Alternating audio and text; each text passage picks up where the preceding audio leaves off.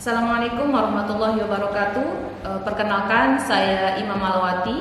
Saya saat ini sebagai dosen di Prodi Teknologi Produksi Ternak D4 dan saya mengampu salah satu mata kuliah yaitu mata kuliah Teknologi Hasil Ternak, di mana mata kuliah ini sesuai dengan bidang saya yaitu Teknologi Pengolahan Hasil Ternak. Untuk mata kuliah Teknologi Hasil Ternak itu terdiri dari 3 SKS. 1 teori dan 2 praktikum. Lalu berikutnya, di dalam teknologi hasil ternak terdapat beberapa CPNK. Yang pertama yaitu mampu menjelaskan berbagai teknologi pengolahan dan pengawetan hasil ternak serta menjelaskan perkembangan teknologi pengolahan dan pengawetan mutakhir yang bisa diaplikasikan pada produk hasil ternak. Kemudian yang kedua, mampu menjelaskan tentang aturan pelabelan dan perizinan produk. Yang ketiga yaitu mampu menjelaskan pengaruh pra-pengolahan, pengolahan dan pengawetan, pengemasan dan penyimpanan terhadap kualitas nutrisi dan keamanan pangan hasil ternak. CPM keempat yaitu mampu mengolah dan mengawetkan berbagai hasil ternak seperti susu, daging, telur, dan hasil ikutan ternak seperti kulit, tulang, darah dengan memanfaatkan teknologi pengolahan dan pengawetan yang ramah lingkungan. CPMK yang kelima yaitu mampu memilih bahan aditif dan cara pengemasan pangan hasil ternak yang aman bagi kesehatan konsumen sekaligus memperpanjang masa simpan produk. Kemudian yang berikutnya, mampu menghasilkan suatu produk inovatif sebagai hasil kerjasama kelompok melalui pengembangan produk yang memiliki ciri khas lokal. Dan CPMK yang ke-8 atau yang terakhir yaitu mampu menganalisa dan merencanakan peningkatan keuntungan melalui berbagai metode atau perubahan dari hasil pengolahan atau pengawetan pangan hasil ternak. Untuk deskripsi singkat tentang mata kuliah yang saya ampu, yaitu pada teknologi hasil ternak, mahasiswa dapat belajar teknologi dan perkembangan teknologi pengolahan dan pengawetan hasil ternak berupa daging, susu, telur, dan hasil ikutan seperti kulit, tulang, bulu, dan darah. Juga pengaruh pengolahan atau pengawetan terhadap kualitas produk hasil ternak, proses perubahan akibat pengolahan hasil ternak, bahan tambahan dalam proses pengawetan ternak, pengembangan produk, keamanan pangan, metode pengemasan dan penyimpanan, serta pengaruhnya pada produk pangan asal ternak hingga pelabelan dan perizinan produk. Sedangkan untuk bahan kajian atau materi pembelajaran di dalam mata kuliah teknologi hasil ternak itu ada 11 bahan kajian. Yang pertama, teknologi pengolahan dan pengawetan makanan dan perkembangan terakhir. Kemudian yang materi kedua adalah perubahan fisik, kimiawi, dan biologis pangan hasil ternak akibat pengolahan dan pengawetan. Kemudian yang ketiga yaitu food additive, food supplement, functional food dari bahan pangan hasil ternak. Kemudian bahan kajian yang keempat yaitu tentang teknologi pengolahan susu. Kemudian materi pembelajaran yang kelima tentang teknologi pengolahan daging. Kemudian materi pembelajaran yang keenam yaitu tentang teknologi pengolahan telur. Yang ketujuh tentang teknologi pengawetan kulit dan bulu. Yang kedelapan tentang teknologi pengolahan hasil ikutan ternak lainnya, antara lain ada tulang, bulu, tanduk, dan darah. Yang kesembilan yaitu tentang teknologi pengemasan, labeling, perizinan, dan penyimpanan pangan hasil ternak. Kemudian yang ke-10 yaitu tentang pengembangan produk pangan hasil ternak. Dan yang terakhir tentang keamanan pangan hasil ternak. Untuk teknologi hasil ternak, metode pembelajaran yang digunakan adalah case method dan juga project based learning. Selain itu juga ada tugas, kuis, UTS, dan nilai UAS. Untuk masing-masing bobot penilaian, case method 10%, PBL 10%, kemudian kuis 5%, tugas 5%, UTS 15%, dan UAS 15%. Adapun metode penyampaian materi yang saya gunakan di dalam mata kuliah teknologi hasil ternak yaitu melalui PowerPoint, dan berikut pada video ini saya akan menyampaikan tentang topik pertemuan minggu kedua yaitu teknologi hasil ternak. Berikut videonya, selamat menyaksikan. Terima kasih. Baik, selamat sore semuanya. Sore, Ibu. Oke, jadi hari ini kita akan melanjutkan perkuliahan minggu lalu, di mana hari ini kita akan melanjutkan topik yang kedua. Akan tetapi sebelum memulai perkuliahan, alangkah baiknya kita berdoa dulu bersama-sama. Berdoa dimulai.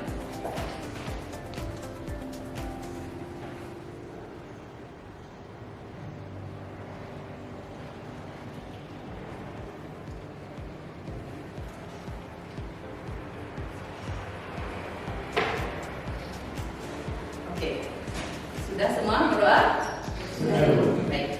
Jadi sebelum Ibu membahas topik materi kita di minggu kedua ini, alangkah baiknya adik-adik dulu memperhatikan apa saja sih yang perlu adik-adik ketahui atau yang perlu adik harapkan setelah perkuliahan ini. Di sini ada namanya CPMK. Nah, yang menjadi CPMK ini adalah mampu mengolah dan mengawetkan berbagai hasil ternak seperti susu, daging, telur, dan hasil ikutan ternak seperti kulit. Ada juga tulang, darah, dan dengan memanfaatkan teknologi pengolahan dan pengawetan yang ramah lingkungan. Akan tetapi fokus kita hari ini adalah tentang pengolahan susu. Dan untuk pengolahan daging, telur, kulit itu akan kita lanjutkan di pertemuan minggu berikutnya. Dan CPMK ini yaitu adalah mampu menjelaskan dan membuat produk pangan hasil ternak seperti susu pasteurisasi, susu steril, dan juga susu fermentasi, di mana nanti kita akan menggunakan satu topik yaitu terkait fermentasi susu berupa yogurt. Nah, sebelum itu, kenapa di situ di CPMK ada mengatakan membuat produk, tidak hanya menjelaskan tapi membuat produk, karena nanti di praktikum kita akan membuat produk susu pasteurisasi, susu steril, dan juga susu fermentasi. Oke. Sebelum Ibu masuk ke topik berikutnya atau ke pembahasan berikutnya, kita refresh dulu nih. Kemarin kita sudah membahas mengenai gambaran umum atau materi umum terkait dengan teknologi pengolahan hasil ternak. Di situ juga kita sudah membahas tentang susu. Pertanyaan Ibu yang pertama, silahkan mungkin adik-adik yang ingin berkomentar atau ingin mengutarakan pendapat, susu itu menurut kalian apa sih? Silahkan katakan. Oke, baik. Perkenalkan, nama saya Albertus Converus Nandito. Jadi saya akan mendefinisikan menurut teman saya, susu itu adalah cairan yang disekresikan oleh kelenjar mamalia. Sekian, terima kasih. 3. Oke, baik. Tadi pertanyaan dari saudara Nandito itu sudah sangat bagus. Tetapi mungkin lebih lengkapnya adik-adik bisa melihat ke depan. Susu itu merupakan, kalau didefinisikan itu adalah suatu cairan putih yang disekresikan. Sekresi itu artinya dikeluarkan oleh kelenjar bermain pada mamalia. Baik itu ternak, manusia, itu yang penting masuk ke dalam kelompok mamalia berarti menghasilkan susu. Untuk bahan makanan sumber bergizi. Di situ ada kata anak, ingat kata kuncinya bisa untuk manusia ataupun ternak atau hewan. Jadi anaknya ya berarti untuk dan induk ke anaknya. Nah, lalu kemudian komponen susu itu apa saja sih sebenarnya yang terkandung di dalamnya? Itu ada protein, karbohidrat, kemudian ada lemak, ada vitamin dan juga enzim. Nah, ini adik-adik bisa perhatikan di situ komposisi susu. Kalau berdasarkan tabel, adik-adik bisa melihat dari ketiga spesies itu ada sapi, kambing, kerbau, yang mana yang memiliki kandungan lemak paling tinggi? Kerbau. Jadi dari 3 spesies, sapi, kambing, dan kerbau itu memiliki kandungan lemak tertinggi oleh kerbau. Nah, lalu kemudian adik-adik bisa melihat di situ ada protein, laktosa, dan abu. Kalau protein, laktosa, dan abu itu kurang lebih persentasenya sama, hanya perbedaannya di kandungan lemak. Nah, kandungan lemak inilah yang nanti akan menyebabkan bau yang lebih amis pada susu yang disekresikan oleh kerbau. Kemudian berikutnya, nah ini adik-adik bisa melihat di situ bahwa ada beberapa jenis produk yang bisa kita olah dari susu segar. Tetapi untuk pertemuan kali ini kita hanya akan membahas mengenai susu sterilisasi, susu pasteurisasi, dan susu fermentasi, yaitu yogurt. Nah, untuk yang lainnya itu nanti akan kita bahas di minggu-minggu berikutnya. Nah, yang pertama di sini kita bahas dulu mengenai susu pasteurisasi. susu pasteurisasi itu ada perbedaan dengan susu sterilisasi, walaupun prosesnya sama-sama melalui pemanasan. Tetapi yang membedakan yang paling utama di sini adalah mengenai suhu. Kalau susu pasteurisasi itu suhunya tidak boleh lebih daripada 72 derajat Celcius. Dan di situ adik-adik bisa melihat ada beberapa metode pasteurisasi, ada LTLT atau biasa disebut juga low temperature long time. Artinya kita menggunakan suhu yang rendah tetapi dengan waktu yang panjang. Atau bisa juga adik-adik memilih HTST, high temperature short time. Kita menggunakan suhu yang tinggi tetapi waktu yang pendek. Seperti contohnya misalnya di situ, kalau kita menggunakan suhu kurang lebih di antara 63 derajat Celcius, otomatis waktu untuk pasteurisasinya itu kurang lebih 30 menit. Jadi membutuhkan memang waktu yang lebih panjang. Kenapa? Karena proses untuk dia membunuh bakteri patogen itu membutuhkan waktu yang lama kalau suhunya rendah. Nah, sedangkan untuk metode yang kedua, high temperature short time, itu biasanya kita menggunakan suhu 72 derajat Celcius selama 15 detik. Kenapa? Karena itu suhunya sudah terlalu tinggi. Kalau terlalu tinggi dan waktu yang lama, otomatis yang mati itu tidak hanya bakteri patogen saja, tetapi juga dapat merusak kandungan atau komposisi nutrien yang ada di dalam susu. Nah, kemudian berikutnya ada susu steril. Tadi sudah Ibu sebutkan.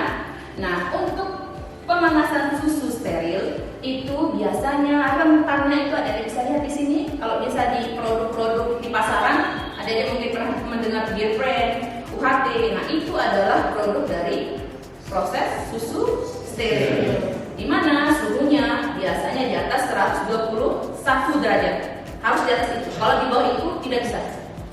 Nah, di atas suhu 130 sampai 150 derajat Celcius, rentang waktu 1 sampai 20 detik.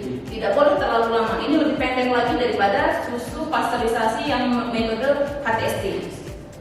Nah, kemudian kalau ada lihat di sini ada dua alat yang bisa kita gunakan untuk mensterilkan susu, yaitu pertama bisa dengan menggunakan autoclave, yang kedua bisa menggunakan tower sterilization namanya.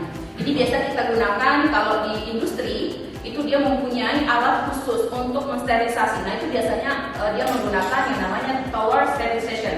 Tetapi kalau misalkan kita di laboratorium itu biasanya kita menggunakan yang autoclave. Ya. Lalu kemudian berikutnya, sebelum Ibu lanjut, mungkin ada yang ingin bertanya? Baik, pertanyaan dari saudara Dedi tadi sudah sangat bagus sekali, yaitu manakah yang lebih panjang, masa simpan antara susu pasteurisasi atau susu sterilisasi? Jadi yang lebih panjang masa simpannya yaitu susu sterilisasi. Kenapa? Ingat sekali lagi, kalau susu sterilisasi itu tujuannya adalah untuk membunuh semua mikroorganisme di dalam susu. Sedangkan untuk pasteurisasi itu tujuannya hanya membunuh bakteri patogen saja di dalam susu. Nah, ketika kita menggunakan metode pasteurisasi, susu itu betul memang bakteri patogennya sudah mati, tetapi sporanya itu masih ada. Sehingga untuk pasteurisasi itu pada saat penyimpanan tetap harus membutuhkan suhu yang dingin. Artinya kita harus simpan di kulkas atau refrigerator. Nah, sedangkan untuk steril, karena dia sudah steril, semua mikroorganisme sudah mati, berikut juga dengan sporanya, sehingga kita bisa simpan di suhu ruang dan masa simpannya jauh lebih panjang. Kalau susu pasteurisasi itu hanya bertahan sampai 14 hari saja, dan itu wajib disimpan di suhu dingin atau refrigerator minimal 4 derajat Celcius. Jadi paham? Jadi Oke, baik. Berikutnya kita akan lanjutkan materi kita. Berikutnya kita bahas mengenai susu fermentasi. Susu fermentasi itu biasa kita manfaatkan mikroorganisme di dalam prosesnya. Nah, untuk susu fermentasi ini sendiri yaitu menggunakan bakteri asam laktat. Bakteri asam laktat itu digunakan sebagai starter atau sebagai peran utama di dalam proses fermentasi. Nah, lalu kemudian untuk susu biasa kita sebut di pasar itu ada yogurt, kemudian ada Yakult. Adik-adik mungkin sudah pernah mengkonsumsi itu di pasaran banyak, tetapi adik-adik kira-kira tahu tidak apa isi di dalam minuman yang kalian konsumsi itu? Oke, apakah ada yang tahu apa saja jenis bakteri yang terkandung di dalam minuman fermentasi, susu fermentasi? Tidak tahu. Oke, baik. Contohnya misalnya di yogurt. Adik-adik mungkin sudah pernah mengkonsumsi yogurt Cimory dan lain sebagainya, atau di Yakult. Itu juga termasuk ke dalam susu fermentasi. Nah, susu fermentasi, contohnya misalnya Yakult, itu mengandung bakteri asam laktat. Jenisnya apa saja? Dari kelompok Lactobacillus. Lactobacillus itu biasa juga ada dari Lactobacillus casei, kemudian ada juga dari kelompok Thermophilus dan lain sebagainya. Nah, berikutnya di sini adik-adik bisa melihat kelompok atau jenis bakteri yang umum digunakan. Beda produk, misalnya yogurt Cimory dengan Yakult itu jenis bakterinya juga berbeda, walaupun sama-sama bakteri asam laktat. Tetapi yang umum digunakan itu dari kelompok Lactobacillus dan juga Streptococcus thermophilus yang sudah tadi Ibu sampaikan. Ini yang umum digunakan. Tetapi untuk strainnya nanti berbeda-beda tergantung produknya. Yang jelas dua bakteri asam laktat ini yang umum digunakan.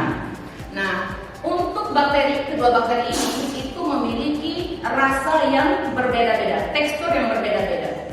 Kalau misalnya di Yakult itu kan bentuknya cair, berbeda dengan yang di yogurt. Yogurt kan lebih kental. Itu dipengaruhi oleh dua jenis bakteri yang berbeda ini. Kalau di Yakult kita bisa temukan Streptococcus thermophilus. Kemudian di yogurt kita bisa temukan Lactobacillus bulgarius.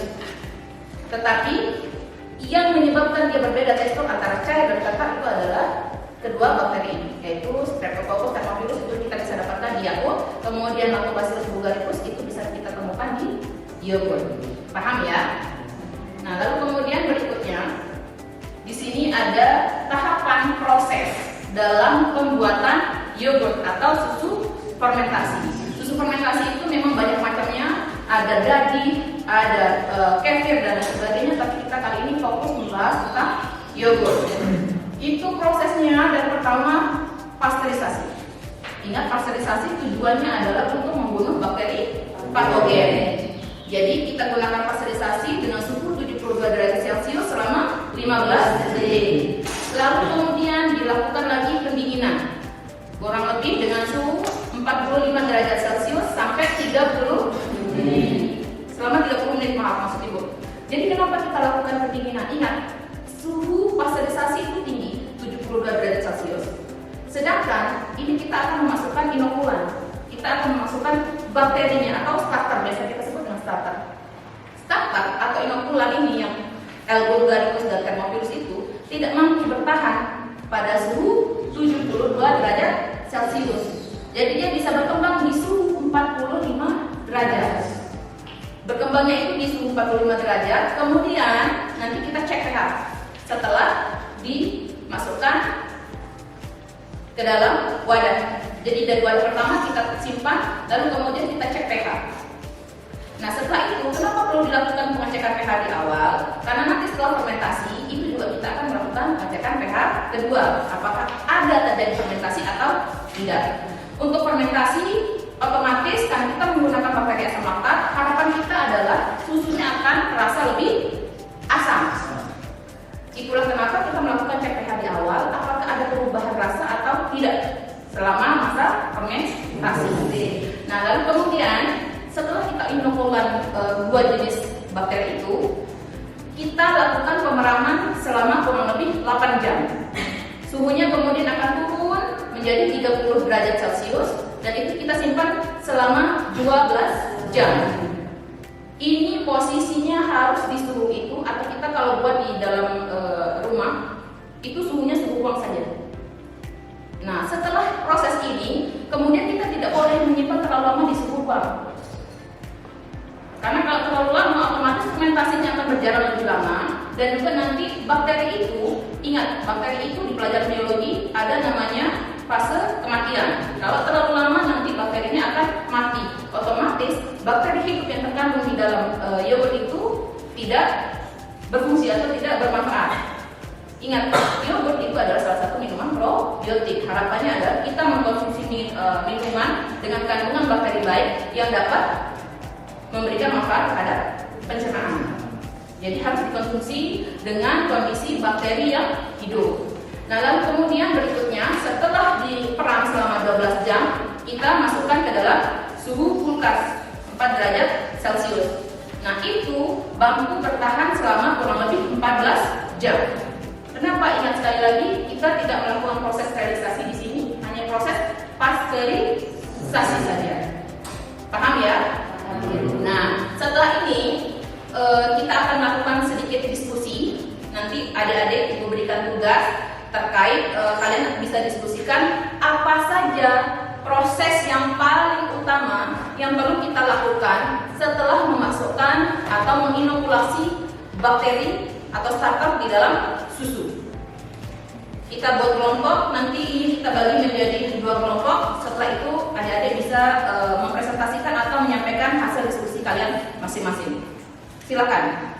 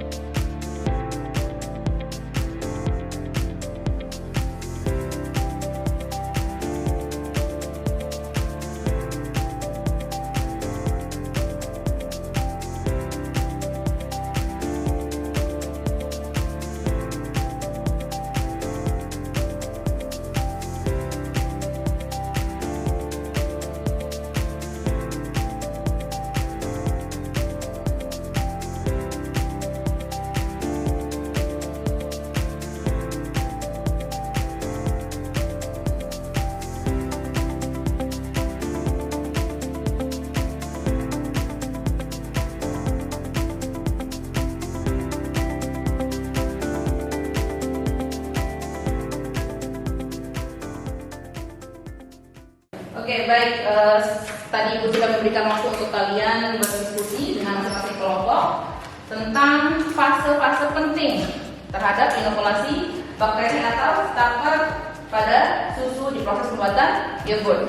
Mungkin kelompok siapa yang mau duluan menjelaskan hasil diskusi? Silakan, kelompok 1. Baik, kami akan menjelaskan. Yang paling penting itu adalah menjaga kondisi tetap aseptik.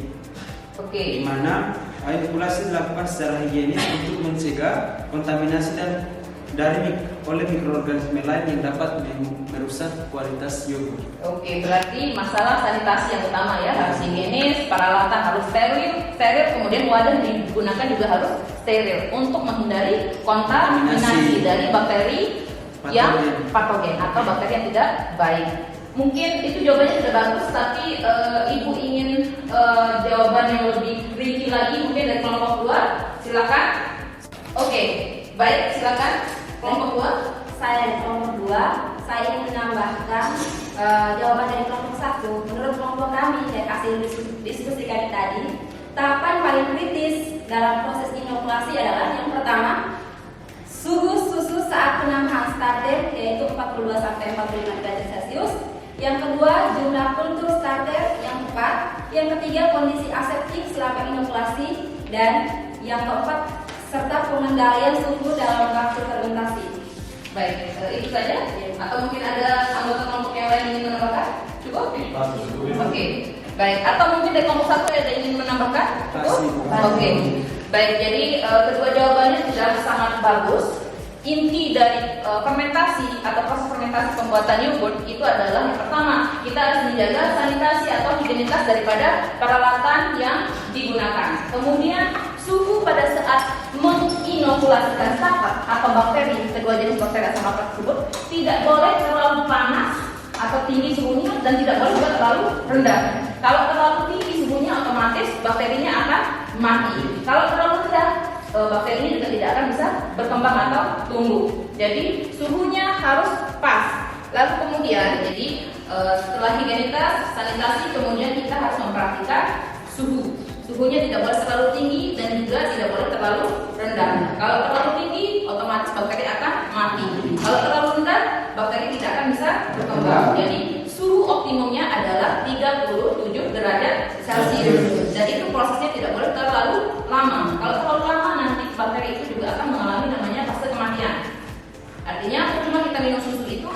tetapi manfaatnya kita tidak dapatkan. Tidak jadi dia disebut sebagai minuman probiotik. Jadi nanti adik-adik di sini ibu menggunakan beberapa referensi, tetapi ada referensi utama, yaitu dari yang pertama menurut Suparno. Nah, beliau ini adalah salah satu ahli dalam teknologi pengolahan hasil ternak. Nanti adik-adik bisa membeli bukunya dengan judul Dasar Teknologi Hasil Ternak. Dan ini yang kedua, karya ibu sendiri, buku Teknologi Hasil Ternak yang terbit di tahun ini. Penerbitnya Widya Medina Utama. Nanti adik-adik juga bisa akses di Shopee atau di berbagai marketplace lainnya. Mungkin itu saja untuk pertemuan kita pada sore hari ini. Nanti kita bahas lagi topik kita berikutnya di minggu berikutnya. Sekian, terima kasih, selamat sore. Selamat sore.